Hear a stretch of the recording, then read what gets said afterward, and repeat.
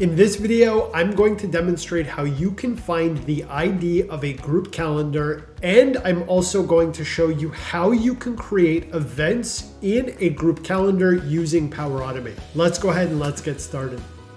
All right, now I'm going to show you how you can use Microsoft Graph Explorer to help you find the ID for a group calendar. Now, if you've never heard of Microsoft Graph Explorer before, it essentially allows you to make API calls through a web-based interface. Now, in order to access Graph Explorer and actually make calls, you will need specific permissions. I suggest that you go to the site for Graph Explorer, and I've included a link to that in the description of this video below. Try to log in and then try to follow the steps that I'm going to show you.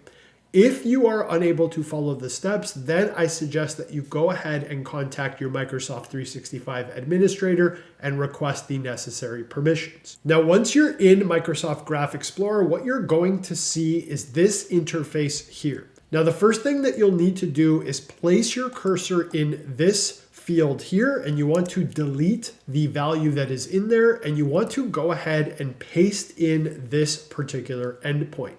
Now, in order to help you out, what I've done is I've actually put together a cheat sheet with the endpoints that I am referencing in this video. Now, you can get a copy of that cheat sheet by simply clicking the link in the description of this video, fill out the form, and I'll go ahead and send it directly to your email address. Now that I've pasted my endpoint in, I'll go ahead and click Run Query.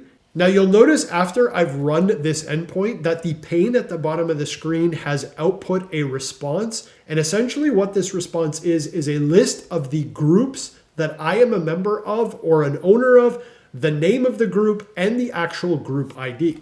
Now, what you'll want to do here is go ahead and find the name of the group that corresponds to the group calendar that you're trying to find the identifier for.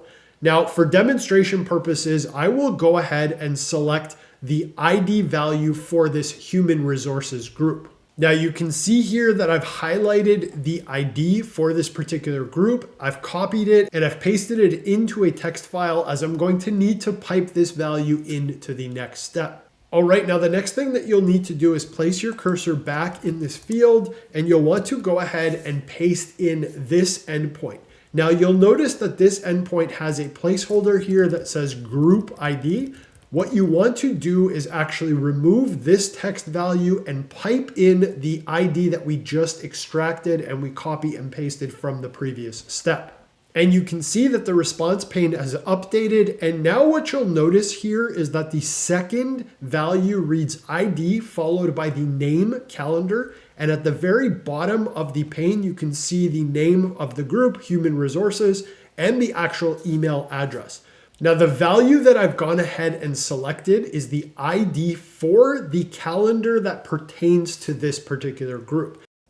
All right, now this next part is really important. Now, I've brought up Power Automate, and if the reason that you're looking for the group calendar ID is so that you can pipe it into a Power Automate workflow using the Office 365 Outlook connector, then this is not going to work.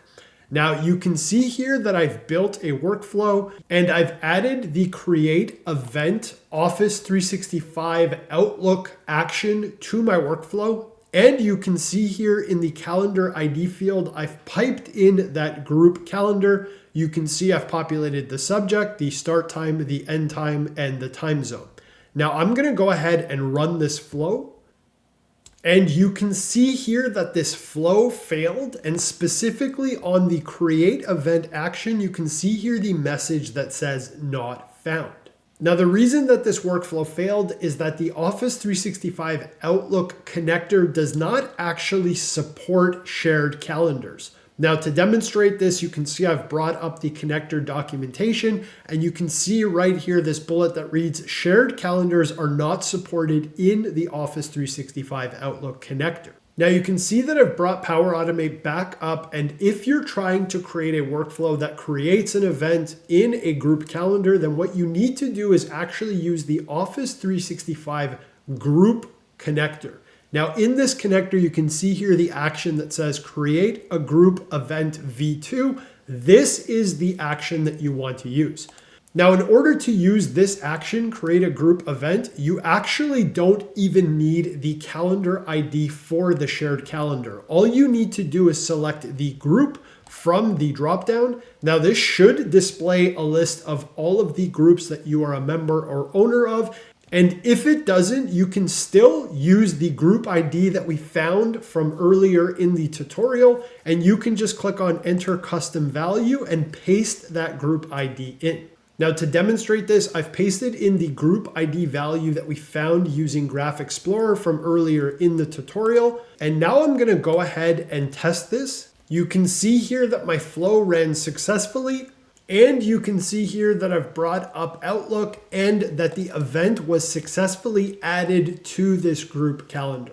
So that's it. In this tutorial, I demonstrated how you can find the calendar ID for a group calendar. And I also demonstrated how you can create events in a group calendar in Power Automate properly. I hope you found this video helpful. If you did, please give it a like. Please drop a comment below, and most importantly, be sure to subscribe so that you don't miss out on any of my new tutorials. I'm Iacobellis.